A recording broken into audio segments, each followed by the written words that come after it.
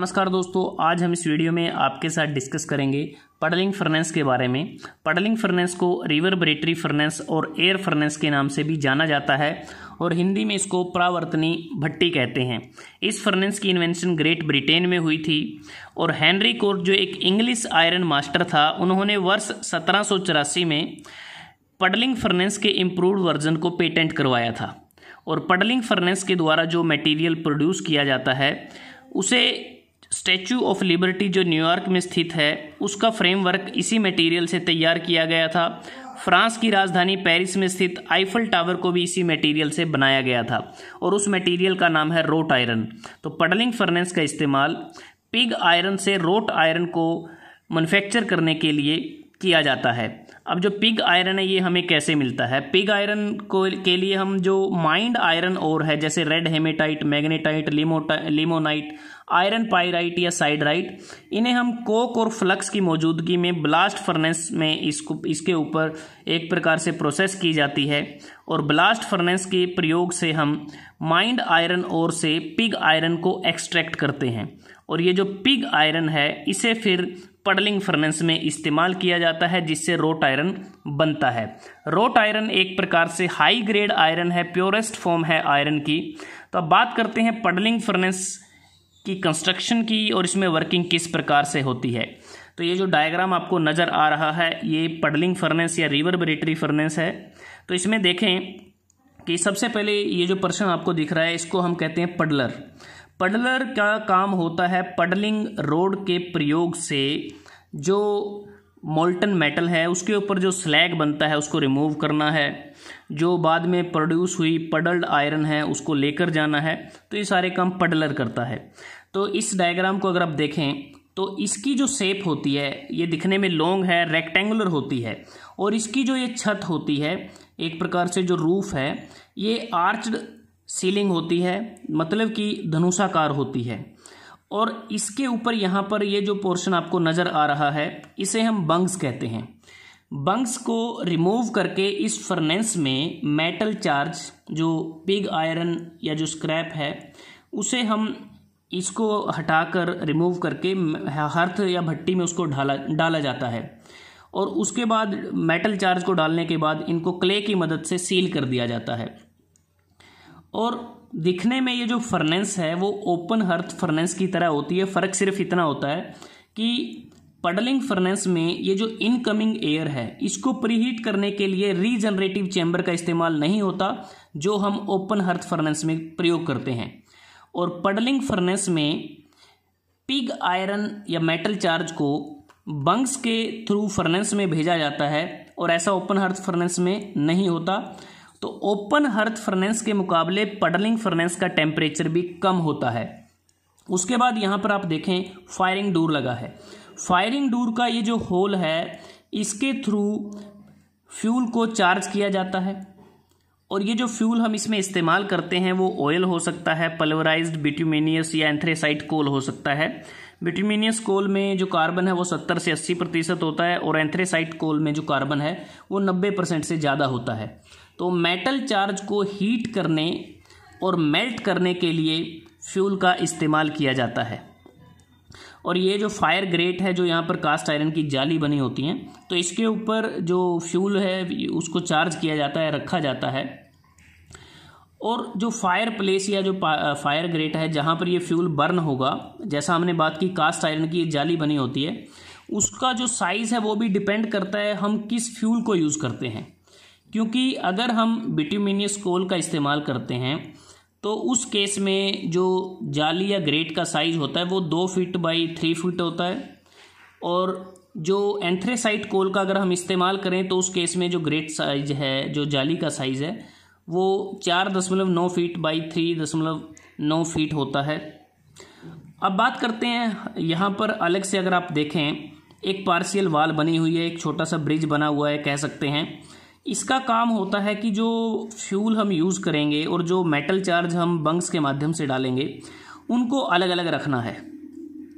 और इस partial wall को अगर आप देखें यहाँ पर एक क्रॉस होल है जिसके मदद से यहाँ पर हवा इसमें से क्रॉस होती है, एयर क्रॉस होती है और इसको ठंडा रखा जाता है। उसके बाद आप देखें हर्थ या फर्नेस जिसे हम बोल रहे हैं, ये वो जगह होती है जहाँ पर हम पिग आयरन को डालते हैं बंग्स को रिमूव करके, और यहाँ पर उस पिग आयरन या मेटल चार्ज को मेल्ट किया जाता है, उसको पडल्ड किया जाता है, और इसकी जो शेप होती है हर्थ की वो एलिप्टिकल शेप होती है, और इसकी जो लेंथ है वो 4.9 फीट से लेकर 5.9 फीट तक हो सकती है, और इसकी जो विड्थ है वो 3.3 फीट से लेकर 3.9 फीट तक हो सकती है। अब हर्थ पर हमें क्या है कि ज़्यादा हीट की आवश्यकता होती है, क्योंकि पिग आयरन को हमें मेल्ट करना है या मेटल चार्ज को मेल्ट करना है, और साथ में यह भी ध्यान रखना है कि जो हर्थ है इसको हमें ठंडा भी रखना है।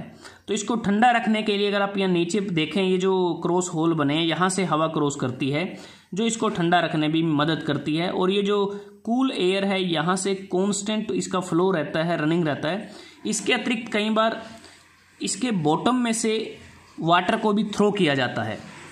अब बात करते हैं एयर और फ्यूल को फर्नेस के एक एंड से ब्लो किया जाता है। जैसे ये जो एंड है यहाँ से एयर को ब्लो किया जाएगा, और जो फ्यूल जब यहाँ पर बर्न होगा, फ्यूल बर्न होने से जो फ्लेम बनेगी, तो इस एयर की मदद से जो हॉट गैसेस और फ्लेम है उसको कैरी किया जाएगा, और वो जो हॉट गैसेस हैं या जो फ्लेम हैं वो मेटल चार्ज के ऊपर से होकर गुजरेंगी।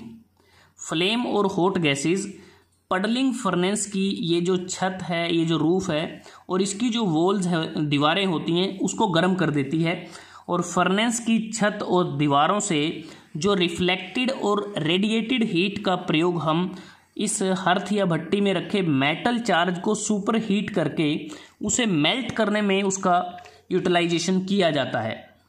और जो ये जो मोल्टन मेटल होता है इसके ऊपर जो एसिड स्लैग होता है वह मोल्टन मेटल को फ्लेम और फर्नेस एटमॉस्फेयर के डायरेक्ट एक्सपोजर से उसको बचाता है।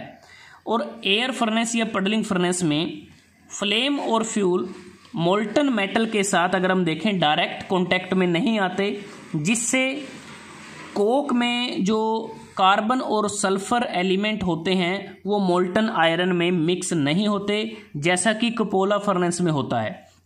इसके अतिरिक्त एयर फर्नेस और पडलिंग फर्नेस या रिवर्बरेटरी फर्नेस, ये हमें जो मेटल कंपोजिशन होती हैं, मोल्टन जो आयरन होगा उसमें जो मेटल कंपोजिशन है उस पर इसमें बढ़िया नियंत्रण रहता है, और इसलिए इसका प्रयोग डुप्लेक्सिंग ऑपरेशन में भी इसका प्रयोग करते हैं। मतलब कहने का ये है कि इसे हम कपोला के साथ भी इसको इस्तेमाल कर सकते हैं, क्योंकि कपोला क्विकली और एफिशिएंटली मेटल चार्ज को मेल्ट करके जो मोल्टन कास्ट आयरन है उसे एयर फर्नेस में या पडलिंग फर्नेस में ट्रांसफ़र कर देते हैं, ताकि एयर फर्नेस या पडलिंग फर्नेस में मोल्टन जो आयरन है उसकी कंपोजिशन को रिफाइन करके एडजस्ट किया जा सके। और यहाँ पर जो स्लैग बनता है, स्लैग जो बनेगा, यहाँ पर जो वर्किंग डूर है जिसे एक लीवर और सस्पेंडेड चेन की मदद से कंट्रोल किया जाता है, वर्किंग डूर को स्कीमिंग डूर भी कहते हैं। अगर आप इस डायग्राम में देखें, ये जो पडलर है ये पडलिंग बार की मदद से यहाँ पर जो मोल्टन मेटल है उसके ऊपर जो इम्प्योरिटीज़ बनी है, जो स्लैग बना है, उसको एक पडलिंग बार से उसको रिमूव कर रहा है, और वो जो स्लैग होल यहाँ पर आपको नज़र आ रहा है, इस स्लैग होल से वो सारी जो इम्प्योरिटीज़ या जो स्लैग है वो बाहर चला जाएगा। और उसके बाद ये जो हॉट गैसेज होती हैं वो चिमनी या स्टैक से होती हुई वो बाहर डिस्चार्ज हो जाती हैं एटमॉस्फेयर में। उसके अतिरिक्त ये जो पडलिंग फर्नेस है इसमें जो मेटल टू फ्यूल का जो रेशो रहता है वो 2:1 होता है, जबकि कपोला फर्नेस में वो 10:1 से लेकर 10:1 होता है। तो इसकी जो वर्किंग कॉस्ट है, एयर फर्नेस की जो वर्किंग कॉस्ट है वो ज़्यादा होती है कपोला फर्नेस के मुकाबले। और एयर फर्नेस या पडलिंग फर्नेस में हमें जो मोल्टन मेटल है वो लार्ज क्वांटिटी में मिलता है, बैचेस में मिलता है, एक रेगुलर इंटरवल ऑफ टाइम के बाद मिलता है, और जिससे हम कह सकते हैं कि ये हमें फैसिलिटेट करता है कि लार्ज कास्टिंग हम बना सकें। जैसा आप इस डायग्राम में देखें, यहाँ पर जो दो अलग से पर्सन हैं वो ये जो टैप होल है यहाँ से जो लंपी बाल है, जो पडल्ड आयरन की लंपी बाल है, अगर आप देखें इसको लेकर जा रहे हैं फर्दर प्रोसेस फोर्जिंग इसमें करने के लिए। तो इस फॉर्म में आपको जो रोट आयरन है वो मिलता है, जिसे ये पर्सन कैरी करके जा रहे हैं, इस टैप होल से इसको लेकर जा रहे हैं। तो एक प्रकार से अगर हम कहें अगर इनिशियल कॉस्ट की हम बात करते हैं, पडलिंग फर्नेस, रिवर्बरेटरी फर्नेस या एयर फर्नेस की जो इनिशियल कॉस्ट है वो भी ज़्यादा होती है कुपोला के कंपैरिजन में। और यही कारण है कि ये जो फर्नेस है इसकी अब ज़्यादा वाइड एप्लीकेशन नहीं है, एक्सेप्ट सिर्फ रोट आयरन को इसमें प्रोड्यूस किया जाता है। दूसरी बात कि जब पडलिंग फर्नेस को यूज किया गया तो जब इसका इस्तेमाल किया गया तो इसके इस्तेमाल से पहले जो पोटिंग, स्टैंपिंग प्रोसेस या फाइनरी या ब्लूमरी प्रोसेसेस थी उसको पडलिंग फर्नेस ने रिप्लेस कर दिया था।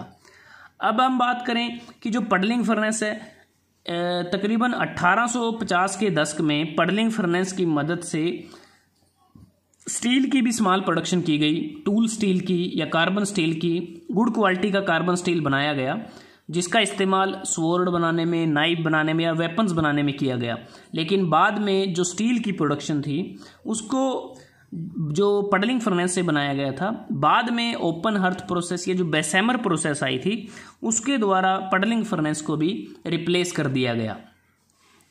तो दोस्तों आज हमने इस वीडियो में आपके साथ डिस्कस किया रिवर्बरेटरी फर्नेस, जिसे हम पडलिंग फर्नेस भी कहते हैं और एयर फर्नेस भी कहते हैं, कि इसकी कंस्ट्रक्शन किस प्रकार से होती है, इसमें वर्किंग किस प्रकार से होती है। अगर आपको ये वीडियो अच्छा लगा आप इसको लाइक कर सकते हैं, शेयर कर सकते हैं अपने दोस्तों के साथ, स्टूडेंट्स के साथ, और चैनल को सब्सक्राइब करना ना भूलें। जल्दी हाजिर होते हैं एक नए वीडियो के साथ, तब तक के लिए धन्यवाद। आपका दिन शुभ रहे।